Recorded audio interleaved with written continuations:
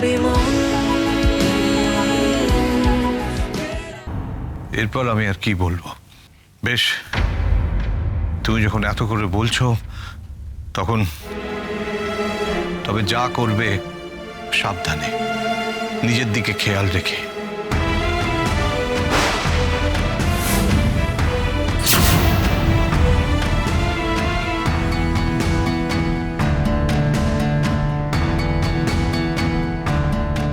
আমার কোনো ক্ষতি হবে না বাবা, আপনি আমার উপরে বিশ্বাস রাখুন।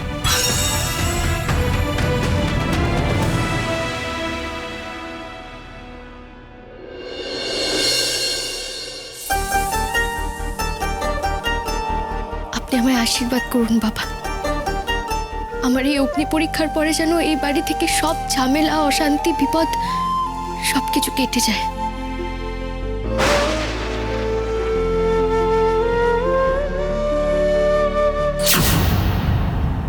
ওকে, গ্রিন সিগন্যাল পেয়ে গেছি। তুলসী নিজেই নিজের কবর খুঁড়ল। আমাদের আয়োজনে যেন কোনো রকম ত্রুটি না থাকে। ত্রুটি? মাথা খারাপ নাকি? আগুন জ্বলবে, তুলসী পূর্বে আমরা দেখব। ভুল ভ্রান্তির কোনো প্রশ্নই নেই।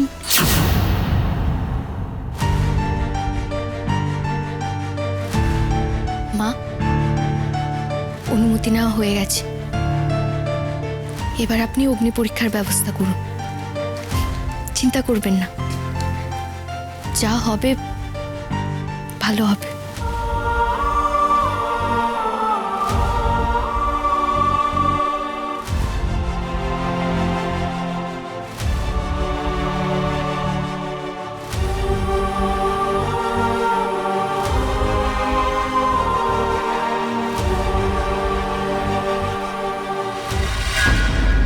ভালোর জন্যেই তো এত আয়োজন, তবে চিন্তা তো করতেই হবে তুলসী। তুমি যতক্ষণ না পড়ছো থুড়ি মরছো, ততক্ষণ তো এই চিন্তাটাকে নিয়েই আমাকে থাকতে হবে।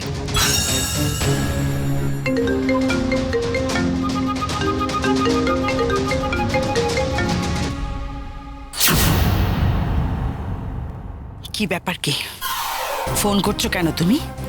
তোমাকে গত রাতে আমি ফোন করেছিলাম, হ্যালো হ্যালো করে গেলে, কোনো কথার উত্তর দিলে না। তারপর তোমাকে আমি টেক্সট করলাম, মেসেজটা পাওনি? তাতে তো পরিষ্কার লিখে দিয়েছিলাম যে তুমি আমাকে ফোন করবে না। হ্যাঁ, আমি জানি তুমি আমার কাছে কিছু টাকা পাও, সেই টাকাটা দিতে আমার কিছু সময় লাগবে, তারপরেও কেন ফোন করছো? হ্যাঁ, সময় তো লাগবে, জাল নোট ছাপাতে তো সময় লাগবে। জাল নোট মানে কি বলছো? কি তোমার কি মাথাটা একেবারে খারাপ হয়ে গেছে? না না পরমা দেবী, আমার মাথা ঠিকই আছে, কিন্তু এবার খারাপ হবে।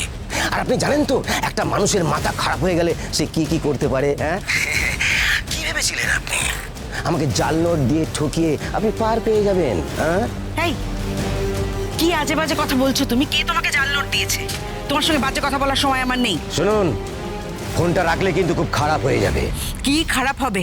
থ্রেট দিচ্ছ আমাকে কোন সাহসে? একে তো কাজটা করতে পারোনি, তাও তোমাকে আমি টাকা দিয়েছি, বাকি টাকাও আমি দিয়ে দেবো, আমার কিছু সময় লাগবে ব্যাস। এখন আবার নতুন নাটক শুরু করেছো না?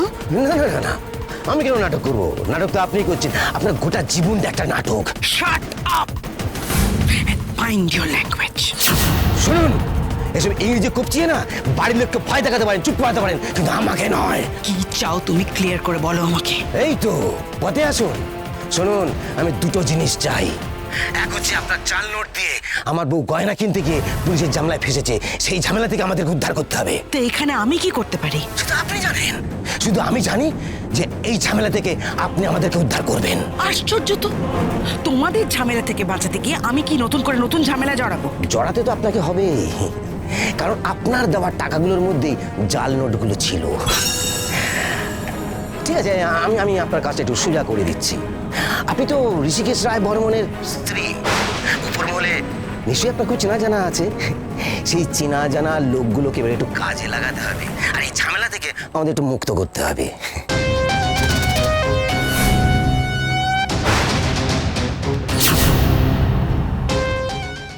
আমাকে দিতে হবে। আর শুনুন, আমার পাওনা গনটা খুব তাড়াতাড়ি আমাকে বুঝিয়ে দিতে হবে। আর একটা কথা, এই এক আর দুইয়ের মধ্যে যদি কোনো 9-6 হয় তাহলে কিন্তু তাহলে তাহলে জাল নোটের কেসে পুলিশ আমাকে ধরবে, কিন্তু এবার শুধু আমাকে একা নয়, আপনাকেও জেলে যেতে হবে।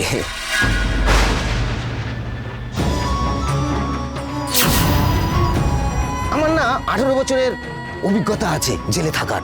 আপনার আছে তো? পারবেন তো আপনি? আপনি যদি আমার পাওনা গন্ডা বুঝিয়ে না দেন তাহলে অনেক সত্যি কথা আমার মুখ থেকে বেরিয়ে যাবে। আমার কাছে যা যা প্রমাণ আছে সেগুলো না আমার কাছে আর থাকবে না পরমা দেবী, গোটা রাজ্যের কাছে পৌঁছে যাবে।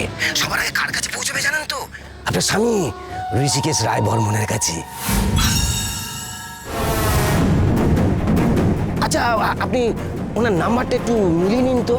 98361941। কি এটাই তো?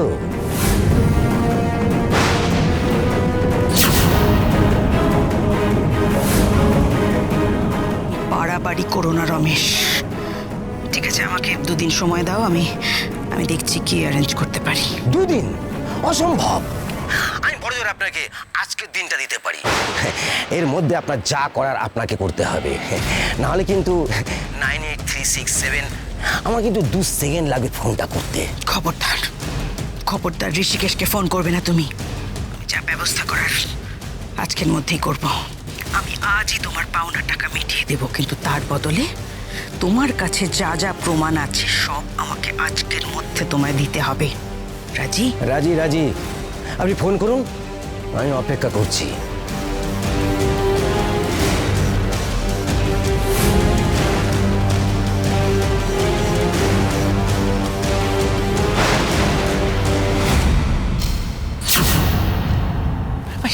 এই দিদি, আরে তুলসীর চিতা সারাতে হবে তো নাকি? হ্যাঁ, এরকম মুখ বেঁকে ঘরে এসে বসে পড়লি কেন? রমেশ ফোন করেছিল। ওর আবার কি চাই?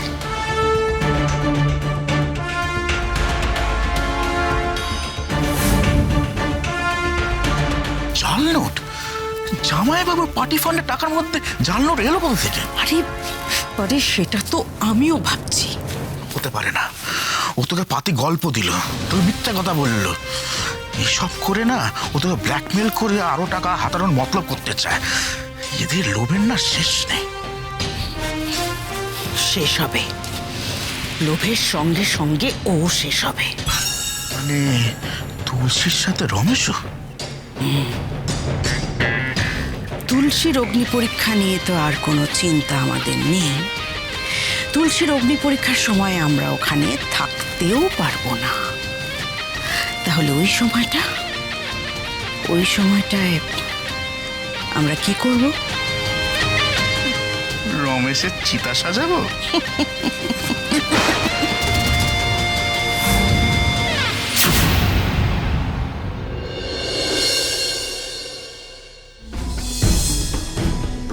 শোনো, কি কি করতে হবে, কিভাবে করতে হবে এবং কখন কখন করতে হবে সব আমি তোমাদের বুঝিয়ে দিচ্ছি। কোনো রকম ভুল ত্রুটি যেন না হয়, বুঝেছ? শোনো তাহলে।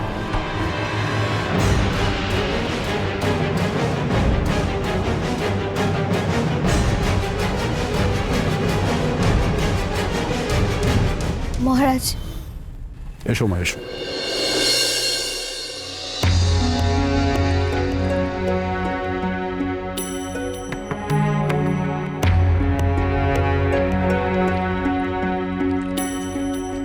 জয় তারা, আর কোনো পিছুটান নেই তো? মন থেকে অগ্নি পরীক্ষা দিতে তুমি প্রস্তুত? হ্যাঁ মহারাজ, আমি প্রস্তুত। আর একবার ভেবে দেখো, একবার মনস্থির করলে কিন্তু পিছিয়ে আসার আর কোনো উপায় থাকবে না। অগ্নি পরীক্ষা বড় কঠিন পরীক্ষা, অনেক কিছুই হতে পারে। না মহারাজ, আমার মনে কোনো ভয় নেই। আর একবার যখন এখানে এসে গেছি তখন আর ফিরে যাওয়ার কোনো প্রশ্নই ওঠে না। আমি এই অগ্নি পরীক্ষা দেব, কারণ এই অগ্নি পরীক্ষার সঙ্গে আমার পরিবারের সুখ শান্তি জড়িয়ে আছে।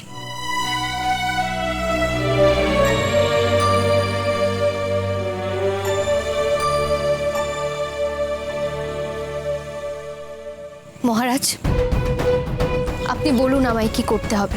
জিজ্ঞাসা করো কি কি করতে হবে। কাজ অনেক এবং প্রত্যেকটা কাজ নিয়ম মেনে করতে হবে। একটু এদিক ওদিক হলে কিন্তু বিপদ। হ্যাঁ মহারাজ, আপনি বলুন। এই যে 4টে লাল কাপড় দেখছো, এগুলো বায়ু, জল, অগ্নি আর স্থলের প্রতীক।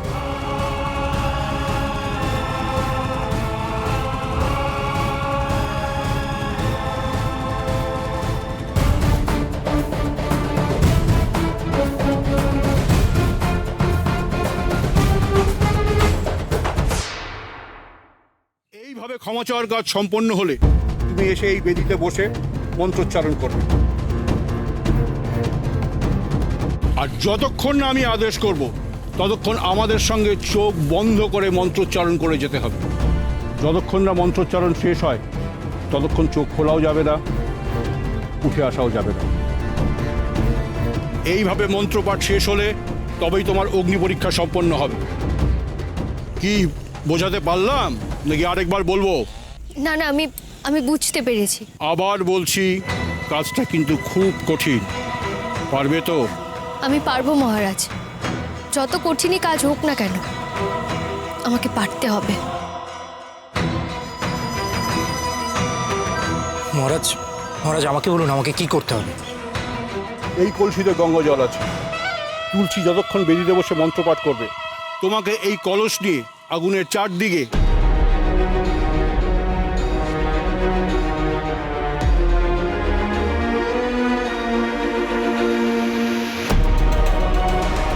কি বোঝাতে পারলাম? আর তুলসী, যতক্ষণ না মন্ত্রপাঠ শেষ হচ্ছে তুমি ওই বেদিতেই চোখ বন্ধ করে বসে থাকবে। যদি মাঝখানে চোখ খোলো অথবা উঠে আসার চেষ্টা করো তাহলে কিন্তু অগ্নিকে আর প্রাণে বাঁচানো যাবে না।